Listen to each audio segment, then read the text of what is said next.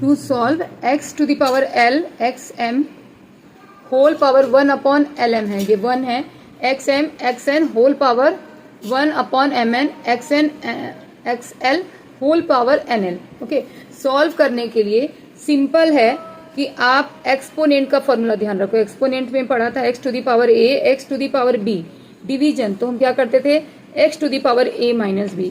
And एक second rule हमने पढ़ा था, if x to the power a and whole power again is a b, then हम powers को मल्टीप्लाई कर देते थे।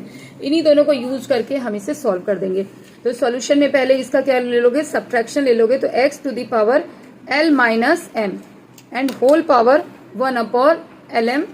Similarly x to the power m minus n whole power 1 upon mn, x to the power nl whole power 1 upon nl.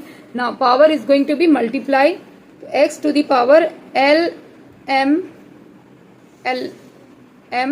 okay, m है, m इन सब का ध्यान रखना पड़ेगा क्या है ना, into x to the power m minus n mn x to the power n minus l upon nl।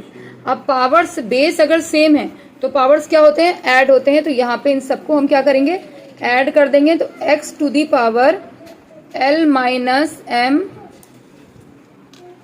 lm है ये, plus m minus n mn plus n minus l nn, ये हो गया पावर्स आपने ऐड कर दिया। अब powers को नॉर्मली यहाँ पे ऐड करके जब सॉल्व करोगे, ये एल एम एन एलसीएम में क्या आ जाएगा, एल एम एन आ जाएगा। इसको एलसीएम लेंगे तो एल एम से जब आप डिवाइड करोगे तो ओनली एन यहाँ पे आएगा हमारे पास में।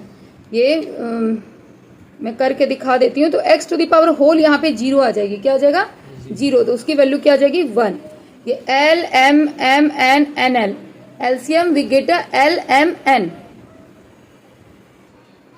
देखो तीनों का हमने एलसीएम लिया तो एल एम एन आ गया।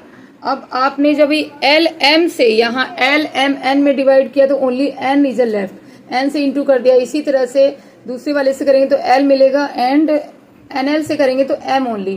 तो यहाँ मल्टीप्लाई करके ये सारी चीजें आ जाएंगी। तो न्यूमरेटर पार्ट इसका 0 हो जाएगा, तो 0 अपॉन दिस, तो x to the power 0 hence value is 1, इसलिए डायरेक्ट मैंने यहाँ 1 लिख दिया। ओके।